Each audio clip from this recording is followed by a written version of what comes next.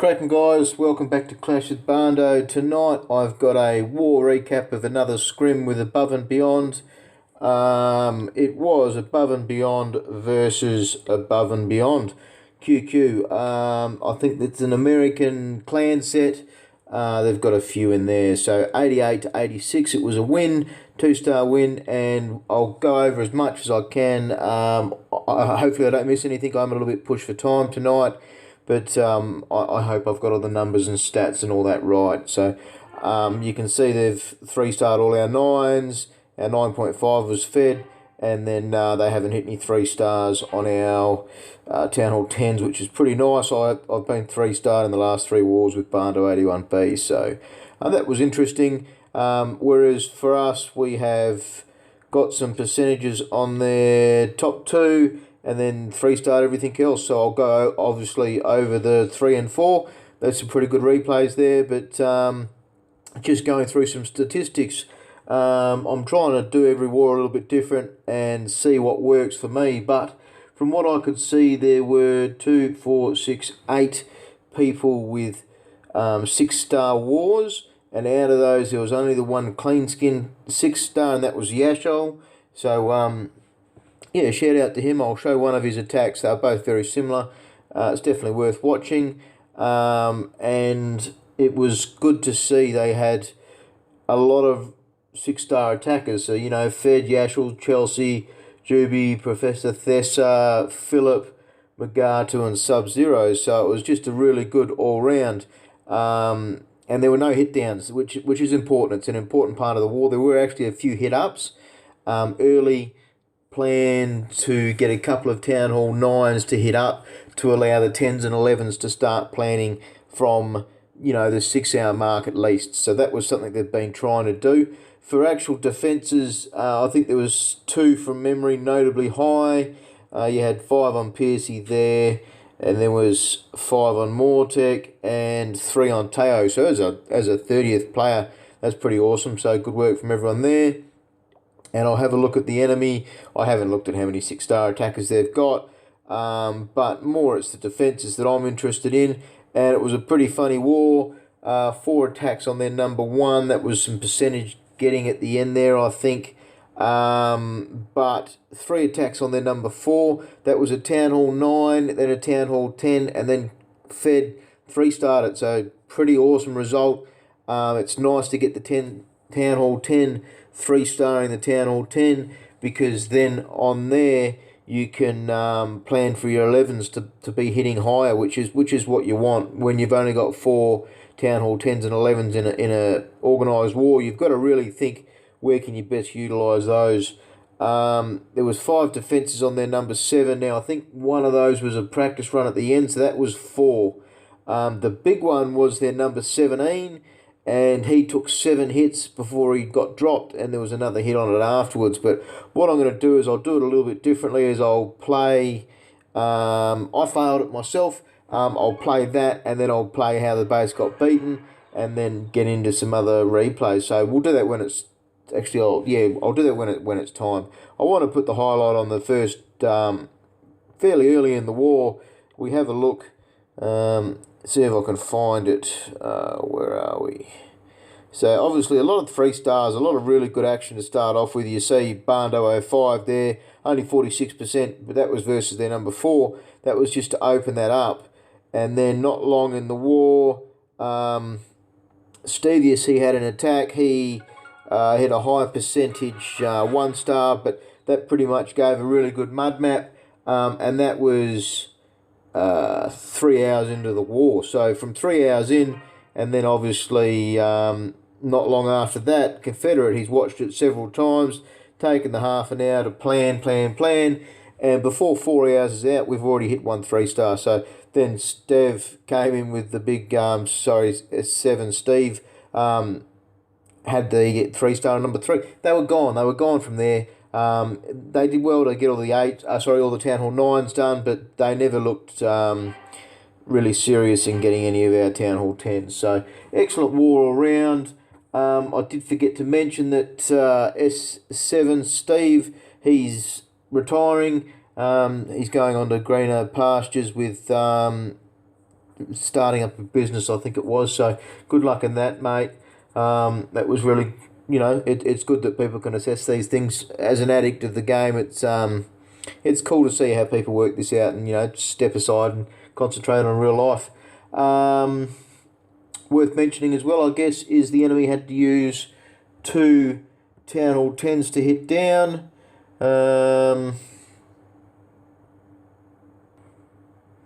So 2 Town Hall 10s to hit down, which again puts them on the back foot. They then can't plan these 3-star attacks. But let's get straight into it now. We'll go into Steve's hit on there, number 3, which was a pretty awesome hit. I did get to see this live. He's gone in with a Queen Walk, then Lava Loon. What was interesting was how he used his King and Warden together. Just an all-round good raid. So you see the Rage go down there for his Queen. That's early because he knows he's going to aggro the other Queen and have defences shooting him at the same time.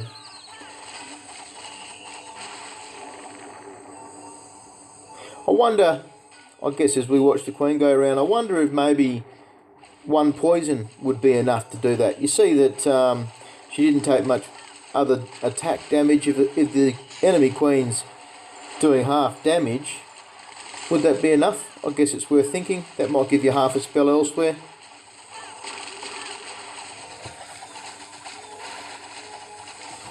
So you see that Queen just going up. This was just awesome to see. He was quite lucky with how his Queen pathed right and she didn't turn left right there. That would have changed it. But the Queen's just pathed just perfect. So you see the King go down. He's got the Warden behind him.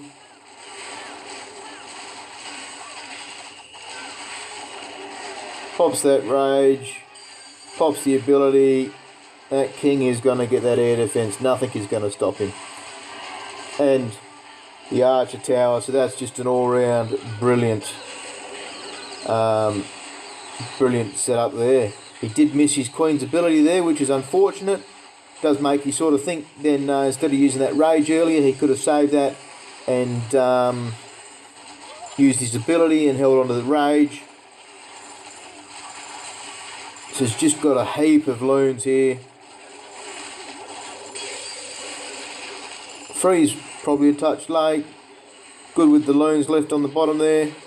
You see the old Warden tanking that down, which was quite funny.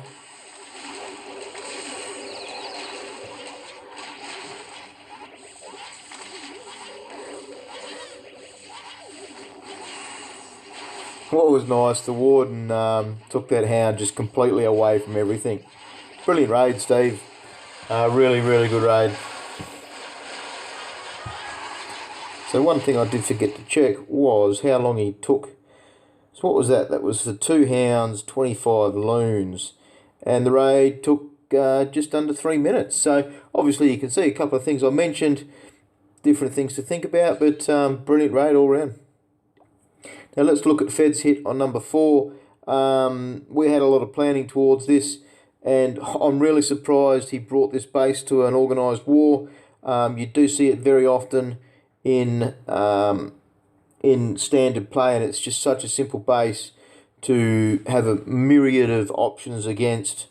But Fed's gone in with 3 lightnings, and he's going to be lightning out one of the Inferno towers and then doing a bit of a Queen walk.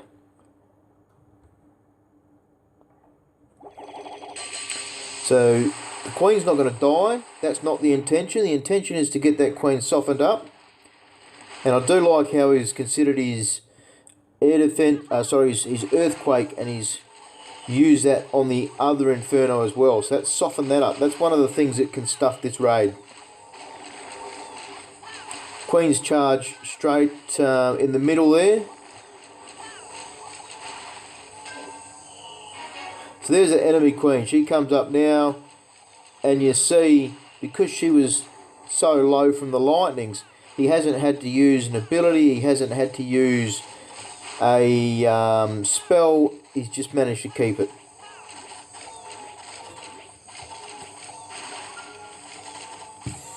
So he's going to go ahead and pop his Rage, Queen's ability there, and he knew he would have to.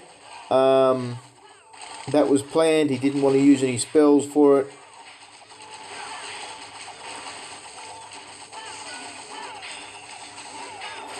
The one thinking point I had for this was, as the king moves up, he's only got the level 30 king. It's just brilliant to see such a good raid. Could he have now put in 1 or 2 loons on that archer tower? And would that have been worth the value in the troop loss?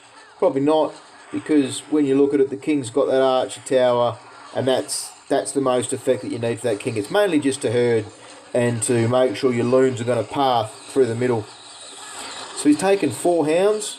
He doesn't have a lot of movement benefit spells. Only got the level 1 freeze as well. It's just a brilliant raid.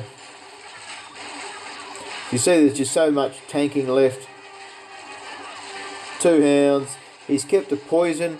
This is something I've had fail me before, is your queen goes too far, draws that hound and loon.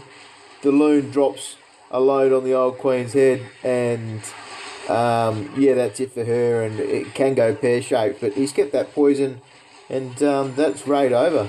So excellent raid fed. The king's still alive, the queen's still alive, shitloads of loons left, 2 hounds undone. I was really shocked at the start of the queue to see that, and then when the war started, dumbfounded.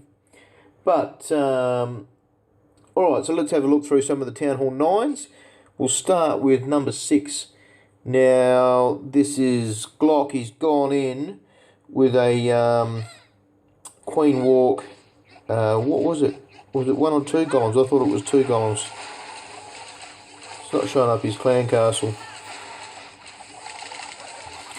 What was an interesting statistic I did have a look was aBove's had 17 first hit 3 stars versus their Town Hall 9s, so that was 26 bases. So 17 of 26, they've 3-starred on the first hit, and that's just set them up huge. Out of all of the Town Hall 9s, this is why I wanted this, because he's done the Queen charge. Pretty ballsy move, this. Out of the all of the Town Hall 9s, 12 of the 3-star raids were a Queen Walk with a shattered Go Hog. So yeah, almost half of their attacks that have gone through for the 3s have been that Queen Walk with a shattered Go Hog, and that might be 3, 4 or 5 healers. Alright, so there was a hound in a lot of these guys' CCs.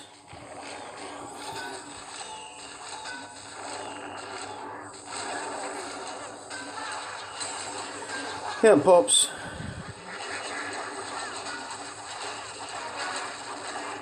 So is that just me, or has he got no clan castle? Down goes the king. Yeah, still looks like 1 golem.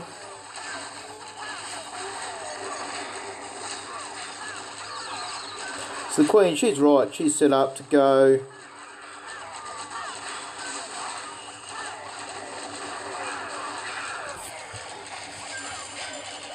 As always, I've got a few things on the go.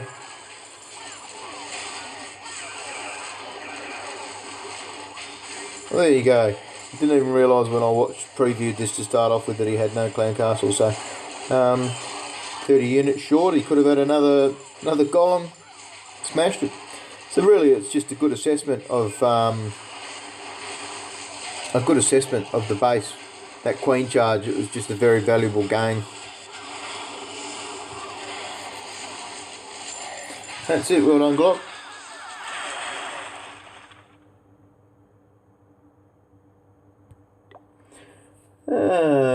So these are all first hits that I'm showing as well. I'll just... Where are we going now? I want to look at number 9. This was Piercy's hit. And Piercy's gone in with a shattered Govaho. Now, I like this for a couple of reasons. I'll point them out if I remember them. So the 2 golems starting off. You see he's got 2, 4, 6 whiz on the ground and then 2 spare. So not a huge amount of whiz. He's only holding on 2. They're going to be for cleanup. Good entry point there. There was no mortar near it. There was no wizard tower near it. So he's taken the 2 jumps. So that's going to get him pretty much most of the base with 2 jumps. In go the redheads. Out comes old Jimmy Bob. What you see here, you see that one hog, that's chasing his tanks. So one hog goes to that archer tower. Otherwise, that archer tower, if that was left, that would absolutely smash his queen. He could have done the same up the top. He probably could have used 1 or 2 there. So he's still got a lot left on his middle group. King's got his ability, and he's starting his hogs. So just the 1 heal for the hogs. He did use a heal earlier, obviously, with his king and Valks.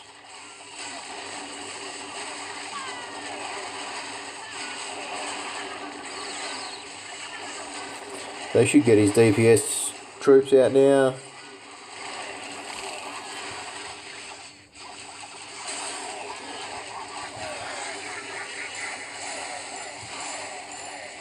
Oh, it's a great raid piercing.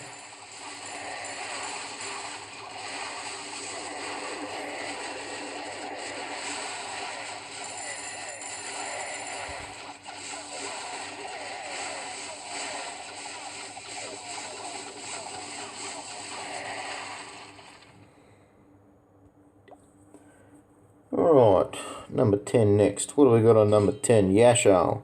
So, he had the 6-star war, of course. They were both 3-star first hits. Now, he's gone in with a Queen Walk Overho, and he's taken the Earthquake spells. So, just a really good assessment for this base.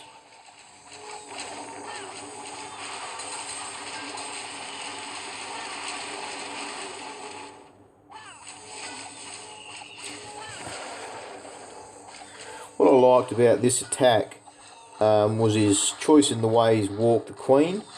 He's really read it well. Now, there's no air defences on that left-hand side for those healers to get annoyed, so to speak. Even with the blower, it's gone in and it's attacked the base well. So it was just a really good base read for the direction that he's walked it.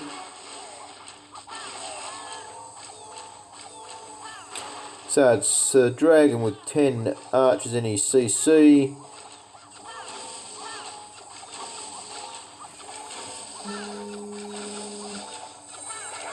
Something's buzzing. So he's used his queen's ability. He's got 4 healers on the queen. And that means that I don't think he's going to end up needing to use his rage on the queen.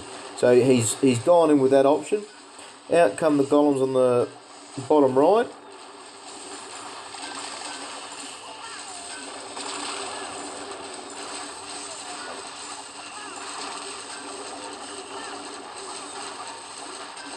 Outside Tesla's given him a little bit of an annoyance.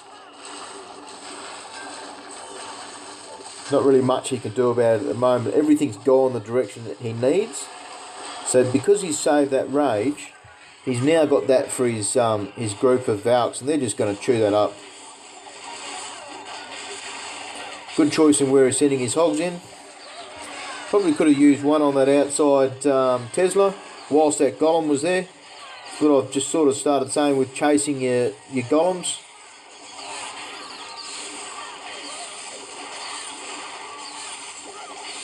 Very patient with his heal. He hasn't wasted it. He hasn't dropped it down for a few hogs to then run out. He's got some really good coverage with that. That's it. Lots of golems left for only having 12. I think I saw at the start there. He's got a heap left. But really good raid, Yashal. So, you know, 6-star war.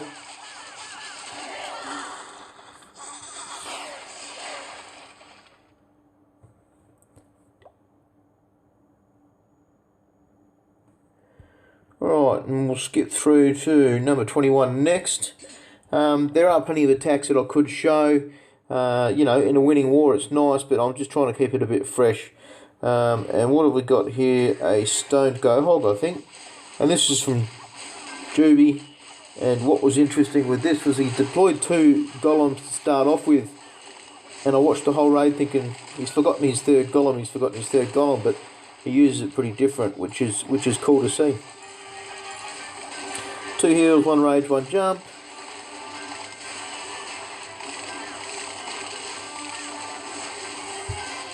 He's taken in a lot of extra wall breakers, because he has struggled to get them through. You see there's a wizard tower there, there's 2 mortars. He did struggle, he knew he probably would. That's why he's got the extras, and just in case he would have used them later on down the track, but it's been good. He's timed it well, he's thought about it. Now you see that golem go down and tank. That was its sole purpose, was just to tank. That's taking all of that fire from 4-point defences plus the wizard tower and the mortars, and those hogs are just ripping it up.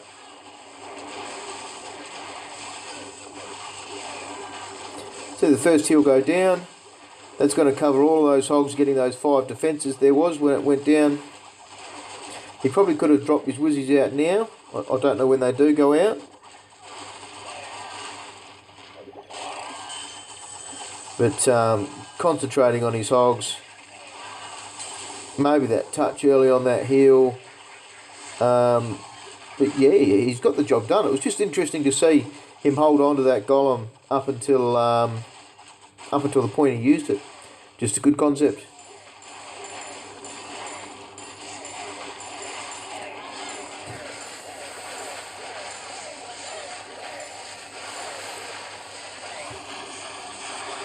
It's got through to the end, and I think Derby had the 6-star war as well. This was a fresh hit on this base, so good hit. Well done, Derby. Now I want to have a look at my hit on number 17. I didn't bother showing my replay. My first replay was a 3-star. I didn't bother putting this in here. You can see that on my live replays. Now, where's Bando 82?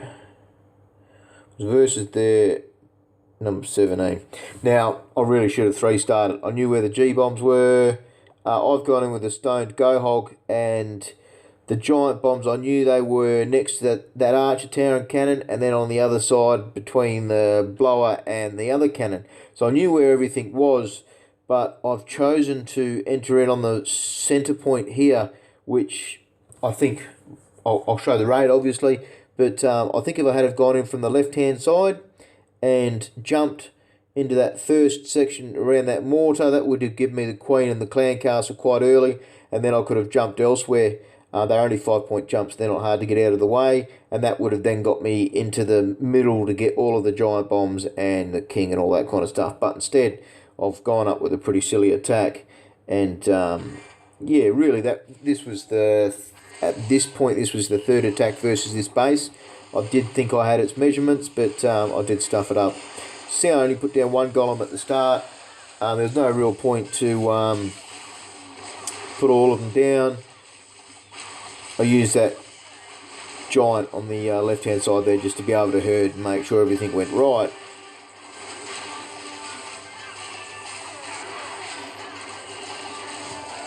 You see, I used a few hogs up top there to get that archer tower and just help and assist, but that took the king, and he made pretty much short work of them, so I don't know that was worthwhile. But tripped all the giant bombs. I started on the left hand side there, but the biggest problem I've had is my queen's just gone entirely away from where I need.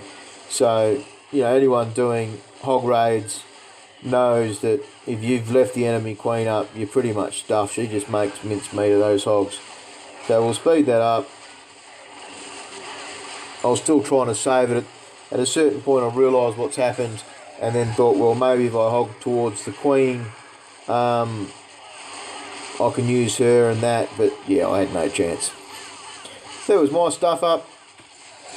He got me. And I mean, 7 attacks, he's had a brilliant war. He could have done no attacks himself and he still would have been the hero for him.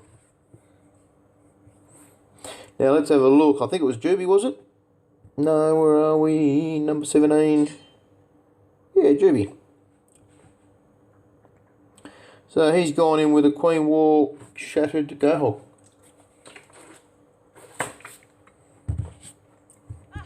Oh, I just had a drink, sorry. I'm not going to lie, I haven't actually watched the successful attack versus this base.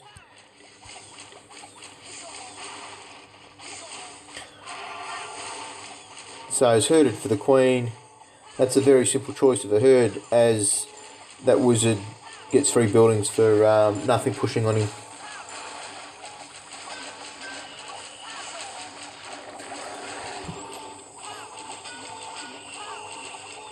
Be interesting to see what he does here, because that air defence will later on cause me a bit of grief. Oh, the Queen padded right. Wonder if that was his intention.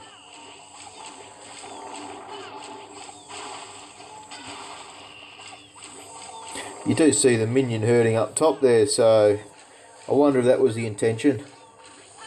If he started the minion up top, you would have figured that that was the intention. He was herding up top there, so may have been a bit of thinking on his feet. Out come the golems. You see that one test wall breaker to start off with? He went through, so releases the other 2 and holds on to the rest.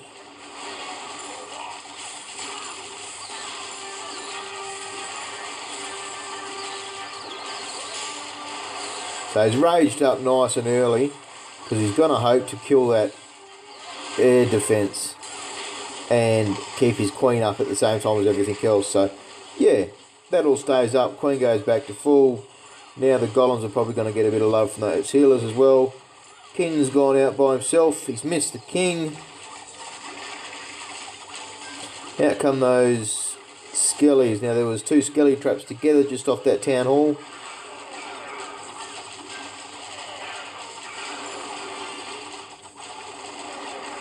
Second skelly trap activates.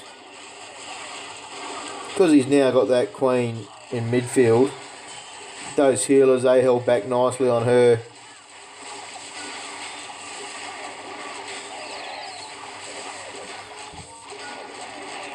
Bit of bacon. That Queen's going to go up and give him a lot of grief.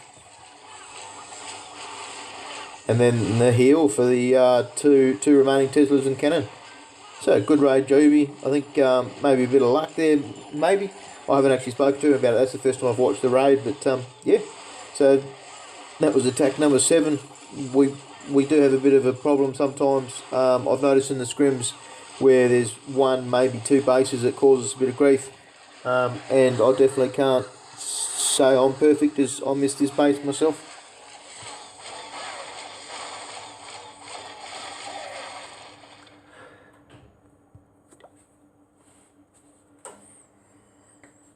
So overall, really good war for Above and Beyond, and bad luck to Above and Beyond.